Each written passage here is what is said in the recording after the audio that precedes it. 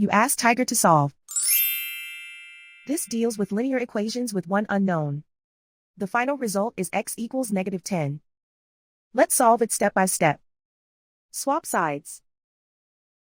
Group all constants on the right side of the equation. Subtract 7 from both sides.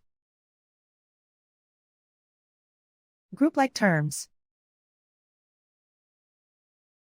Simplify the arithmetic.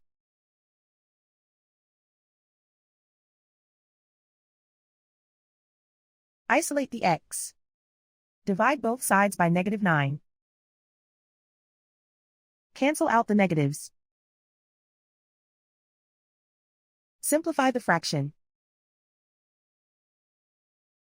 Move the negative sign from the denominator to the numerator. Find the greatest common factor of the numerator and denominator. Factor out and cancel the greatest common factor. And so the final result is x equals -10.